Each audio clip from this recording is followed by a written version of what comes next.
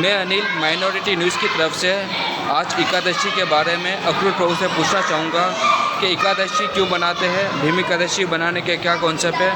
तो आए हमारे सामने अक्रूर प्रभु है जो राधा रास बिहारी से ब्लॉग रखते हैं, वो हमें एकादशी के बारे में बताएंगे। हरे कृष्ण हरे हरे, हरे राम राम राम हरे कृष्ण। एकादशी जो कि बहुत इम्पोर्टेंट एक व्रत है जो कि भगवान को प्रसन्न करने के लिए रखा जाता है, जो कि चांद की 11 डे को रखा जाता है, जिसको 11 एकादशी कहते हैं।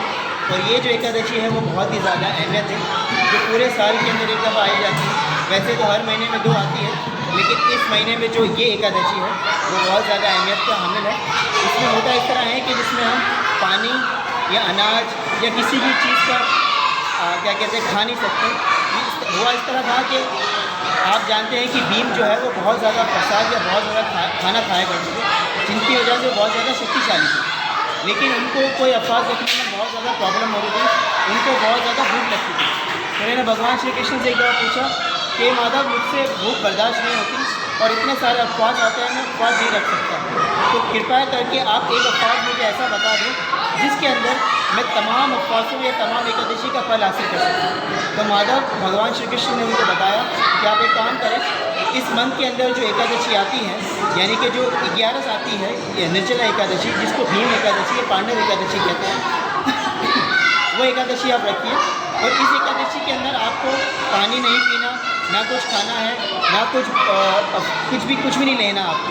इसके ज़रिए आपके जितने भी एकादशी है, 24 या 52 एकादशी हमारी जो मंथ में पूरे साल में आती है, उसके अंदर से हम इसको क्या कहते हैं रिकवर कर सकते हैं। तो जो भक्त अपनी एकादशी नहीं रख सकता, जो भक्त किसी प्रॉब्लम या किसी भी सिचुएशन की वजह से सारी एकादशी नहीं रख सकते, उसको चाहिए कि ये एकादशी ज़रूर रखे और एकादशी का पालन करें। उस एकादशी में ज़्यादा से ज़्यादातर हरि नाम का उच्चारण करें। हरे कृष्णा कृष्ण कृष्ण हरे हरे, हरे राम राम राम।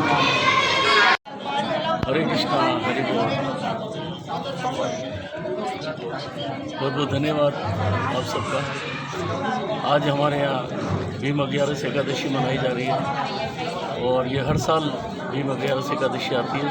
वैसे तो साल में 24 एकादशी आती है, परंतु ये एकादशी जो है अति उत्तम है।